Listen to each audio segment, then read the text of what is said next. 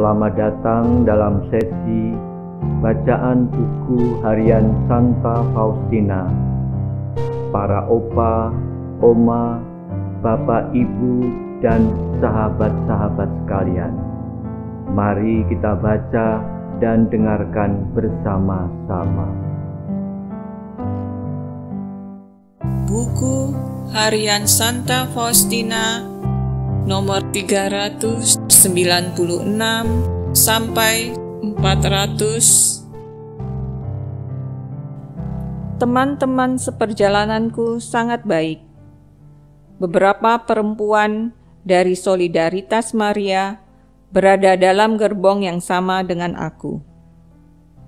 Aku merasa bahwa salah seorang dari mereka sedang menderita amat sangat dan bergulat dalam pertempuran yang sulit dalam jiwanya. Dalam roh, aku mulai berdoa untuk jiwa itu. Pada pukul 11, perempuan-perempuan itu pindah ke gerbong lain untuk bercanda, meninggalkan kami berdua di gerbong belakang kereta itu. Aku merasa bahwa doaku membuat pergulatan jiwa itu justru semakin sengit. Aku tidak menghibur dia, tetapi berdoa dengan lebih kusuk. Akhirnya, perempuan itu berpaling kepadaku dan bertanya, apakah ia wajib memenuhi suatu janji yang telah ia ikrarkan kepada Allah. Pada saat itu, aku menerima bisikan batin mengenai janji itu dan menjawab, "Engkau mutlak wajib memenuhinya.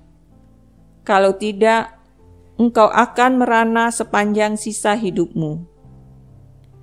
Pikiran ini akan terus menghantuimu dan membuat engkau terus merasa gelisah. Kagum akan jawabanku, ia membuka seluruh jiwanya kepadaku. Ia adalah seorang guru sekolah. Ketika ia akan menempuh ujian-ujiannya, ia telah berjanji kepada Allah bahwa kalau ia lulus dalam ujian itu, ia akan membaktikan diri untuk melayani Tuhan, yakni masuk suatu kongregasi hidup membiara. Ia lulus ujian dengan sangat baik. Tetapi, katanya, ketika aku masuk ke dalam hiruk-pikuk dunia kerja, aku tidak lagi ingin masuk biara. Tetapi suara hatiku terus-menerus menggelisahkan aku. Dan meskipun menikmati banyak hiburan, aku selalu tidak bahagia.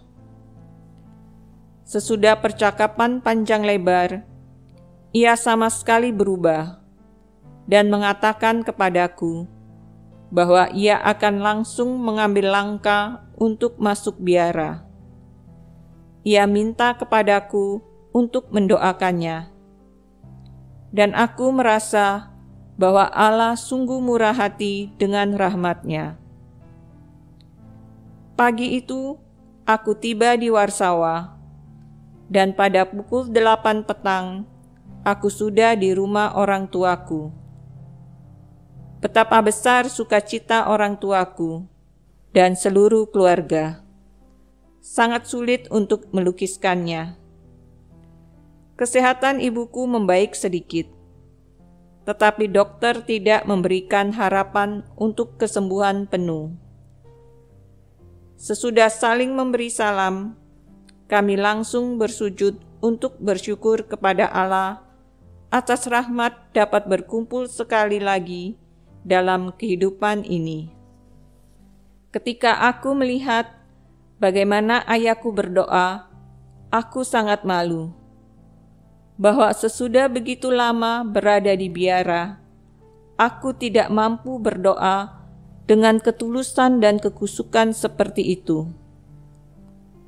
Maka tak pernah berhenti, aku bersyukur kepada Allah atas orang tua seperti ini. Oh, betapa segala sesuatu telah berubah selama 10 tahun itu. sehingga tak dapat dikenal lagi. Kebun telah menjadi sedemikian sempit, dan sekarang aku tidak dapat mengenalinya. Saudara dan saudariku dulu masih anak-anak, dan kini mereka semua sudah dewasa. Aku kagum mendapati mereka tidak seperti ketika kami berpisah. Setiap hari, Stasio menemani aku pergi ke gereja. Aku merasa bahwa ia sangat menyenangkan hati Allah. Pada hari terakhir, ketika semua orang sudah meninggalkan gereja, aku pergi ke hadapan Sakramen Maha Kudus bersama dia. Dan bersama-sama kami mendaras tedum.